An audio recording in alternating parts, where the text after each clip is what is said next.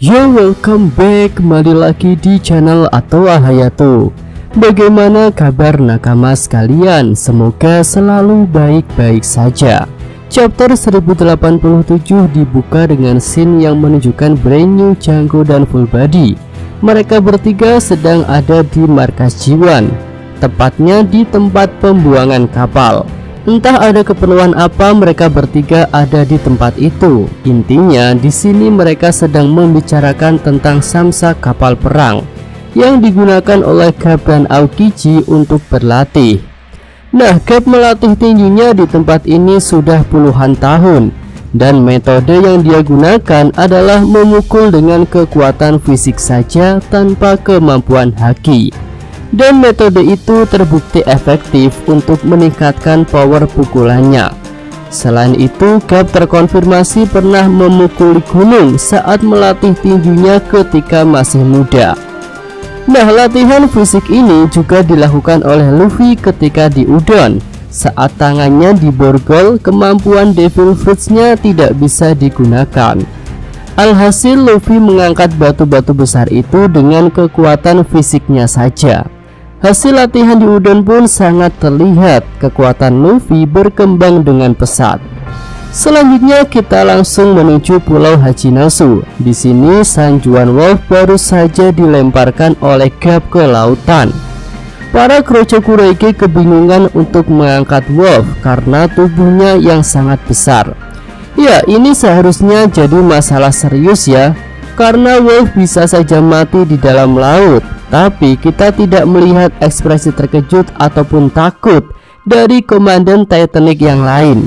Ia mimin curiga jika Wolf punya kemampuan untuk bernafas di dalam air, sehingga tak perlu cepat-cepat untuk mengangkatnya keluar. Atau kemungkinan kedua, Pizarro dengan mudah bisa mengangkat Wolf dari lautan. Ia tentu saja menggunakan tangan raksasanya. Tangan super besar itu bisa mengangkat Wolf dengan mudah, dan Pizarro tidak akan lemas karena hanya tangannya saja yang masuk ke laut. Selanjutnya Vasco Shot melepaskan semburan api ke arah Garp. Garp menggunakan para Krochokurege untuk menahan serangan itu, lalu melemparkan tubuh yang terbakar agar apinya menyebar. Nah, sejauh ini kemampuan Vasco Shot belum terlihat menakutkan, tapi tentu saja mimin yakin dia masih menyimpan beberapa teknik yang bisa berdampak besar. Tidak hanya seperti ini saja. Selanjutnya kita melihat Kujaku, Tashigi, dan beberapa member SWORD sudah berada di lautan. Mereka sudah mengamankan para sandera dan orang-orang yang terluka ke atas kapal. Kapal Garp pun terkonfirmasi bisa berlayar kapan saja meninggalkan Pulau Hachinosu. Nah, sebelumnya mimin bingung ya bagaimana cara kapal Garp bisa meluncur masuk ke tengah pulau dan kini bisa tiba-tiba ada di lautan. Mungkin ada yang menduga jika kapal Garp punya semacam mesin peluncur seperti Saniko. Tapi setelah ada fakta bahwa Garp bisa melempar Wolf, maka mimin yakin jika kapal itu dilemparkan oleh Garp menuju ke tengah Pulau Hachinosu dan kemudian dilemparkan lagi menuju ke lautan. Dugaan mimin ini semakin kuat saat melihat bagian kapal Maki di Garp tidak ada yang spesial. Nah, hal ini juga menunjukkan jika Garp beserta SWORD tidak gegabah untuk melakukan penyerangan ke Pulau Hachinosu. Setidaknya mereka sudah punya rencana yang matang untuk melakukan misi ini. Selanjutnya, setelah ada konfirmasi kapal siap berlayar, kita melihat di Pulau Hachinosu ada 4 orang, yaitu Garp, Helmeppo, Cruz, dan Koby. Garp meminta ketiga anak buahnya untuk segera pergi menuju kapal dan melarikan diri. Ya, keberadaan Koby yang masih ada di pulau terlihat mengganjal di pikiran mimin, karena ini kan misi penyelamatan Koby. Tapi mengapa Koby yang akan diselamatkan malah ikut bertarung? Memang sih Koby itu cukup kuat, tapi jika Koby tidak segera dibawa keluar pulau, maka misi mereka akan sia-sia. Nah, terkait hal itu mimin melihat Garp punya suatu rencana spesial untuk Koby. Ya, hal itu akan kita bahas nanti. Kemudian Aokiji yang sudah dikirim ke perut bumi kembali bangkit, dan dia menegaskan tidak akan membiarkan Garp dan yang lainnya pergi. Nah, setelah itu Koby tertipu oleh para Kurohige yang menjadikan wanita sebagai sandera. Akibatnya Garp harus membayar mahal dengan menerima serangan dari Shiryu yang sebelumnya diarahkan kepada Koby. Garp jadi melemah karena perutnya terluka. Hantamannya kepada Shiryu tidak segalak sebelumnya yang bisa membuat pulau bergetar dan tanah berlubang. Melihat Garp melemah, para Kurohige jadi bersemangat untuk menjatuhkan pahlawan angkatan laut itu.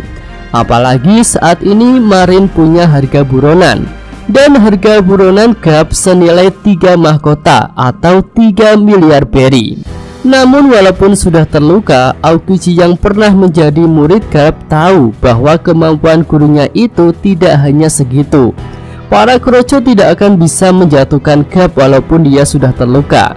Aokiji pun akhirnya bergerak untuk melakukan serangan dengan teknik Ice Glove. Nah, Garp yang sudah terluka dan terdesak itu malah tersenyum saat melihat Aokiji menyerang untuk menjatuhkannya. Ya, ini benar-benar mengganjal ya, dan Mimin merasa dalam hati Garp masih tidak tega untuk menyerang Aokiji dengan seluruh kekuatannya. Karena Aokiji merupakan salah satu orang yang berharga dalam hidupnya. Hal itu juga pernah diperlihatkan Garp saat dengan sengaja menerima serangan dari Luffy pada pertempuran Marineford. Lalu Garp juga terlihat menangis ketika menyaksikan Ace akan dieksekusi. Ya, kakek legend yang satu ini tampaknya adalah orang yang berperasaan kepada orang-orang yang dekat dengan dirinya.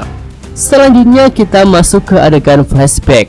Nah, di sini terungkap pertemuan awal Aokiji dan Garp. Aokiji merasa tertarik dengan metode latihan Garp dan dia ingin menjadi muridnya. Awalnya Garp menolak karena untuk menjadi guru kebebasannya akan terganggu.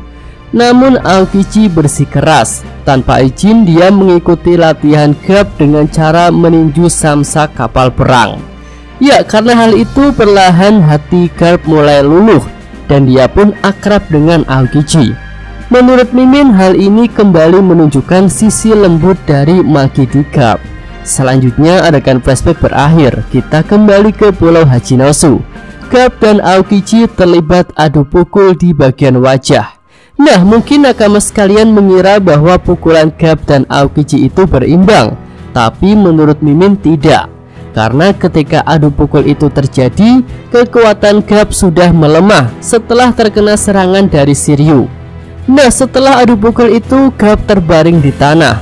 Avalupisaro yang melihat hal itu merasa bajak laut Kurohige akan menang. Lalu manusia pulau itu pun membuat tangan yang sangat besar yang akan sampai ke lokasi kapal Garp berada. Koby yang panik meminta agar tidak menyerang kapal yang ada di lautan itu karena di sana ada para penduduk sipil. Selanjutnya Garp yang kembali sadar meminta Koby untuk tetap tenang karena keadilanlah yang akan menang. Nah, di sini kita melihat Garp sangat memperhatikan Koby dalam pertempuran ini. Mulai dari menolongnya saat akan diserang hingga berusaha menenangkannya saat sedang panik. Dan hal itu ternyata bisa nyambung dengan rencana Garp yang membiarkan Koby ikut bertarung, walaupun seharusnya dia adalah sosok yang harus diselamatkan. Ya, menurut Mimin, Garp punya rencana untuk membangkitkan kekuatan terpendam dalam diri Koby dengan membawa muridnya itu pada situasi yang sangat berbahaya. Tentu kita masih ingat perkataan Rayleigh kepada Luffy ketika arc Whole Cake, bahwa saat terbaik untuk melatih kekuatan adalah pada pertarungan sesungguhnya yang genting. Dan Mimin rasa Garp ingin membuat Koby menjalani situasi itu. Lalu pernyataan Garp bahwa Koby adalah murid kesayangannya dan juga masa depan angkatan laut tentu turut menguatkan dugaan bahwa Koby memiliki kekuatan terpendam yang harus dikeluarkan. Dan Mimin rasa itu bisa jadi adalah kekuatan Housoku Haki. Dan scene-nya tepat banget nih. Ketika tangan raksasa Avalupisaro hampir mengenai kapal Garp, mungkin Koby akan memancarkan Housoku Haki yang kuat yang bisa menghentikan pergerakan tangan Avalupisaro atau bahkan menghancurkan tangan raksasa itu. Lalu ada juga skenario lain, yaitu Bogart akan muncul. Nah, dia ini adalah pendekar pedang yang sering bersama Garp. Kehebatannya pernah diperlihatkan pada sebuah cover, di mana dia memotong dua pistol yang ada di tangan Kobe menjadi potongan-potongan kecil dengan waktu yang sangat singkat. Tentu Garp yang sudah menyusun rencana akan memasukkan Bogart sebagai rencana cadangan saat rencana utamanya tidak berjalan lancar. Bogart bisa saja muncul dari dalam kapal dan memotong tangan raksasa Pizarro. Scene itu terlihat akan mirip saat Zoro memotong tangan raksasa Pika. Lalu mungkin ada juga kemungkinan bahwa Sengoku dan Zoro malah akan sudah sampai di Pulau Hachinosu, dan mereka akan menolong Garp setelah sebelumnya dua teman Garp itu mendapatkan kabar dari Hina bahwa Garp dan Sword sedang menuju Pulau Hachinosu untuk menyelamatkan Kobe.